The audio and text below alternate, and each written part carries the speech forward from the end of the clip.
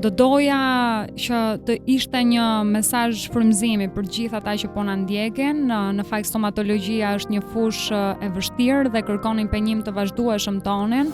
Qasja do mbetet gjithmonë individuale. Unë kështu e quaj.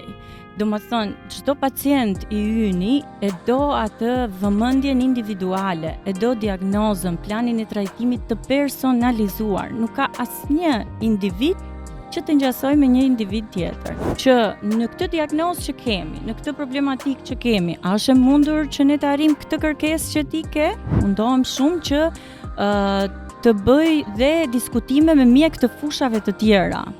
Sepse asnjëherë asnjë nuk besoj që mund t'i di të gjithë. Do doja ta nisja pak me rrugtimin tonë personal. Nuk e kisha menduar ndonjëherë dentistrin, duke qenë se nuk kam as të prindrit, as dikë që të ishte mjek stomatolog.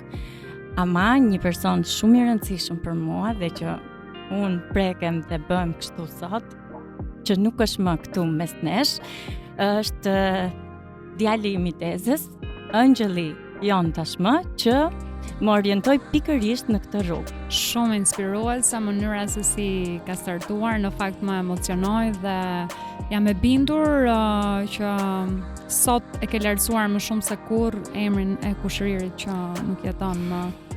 Dhe në fakt më preku dhe do doja që të ishte një mesazh frymëzimi për gjithë ata që po na ndjekin.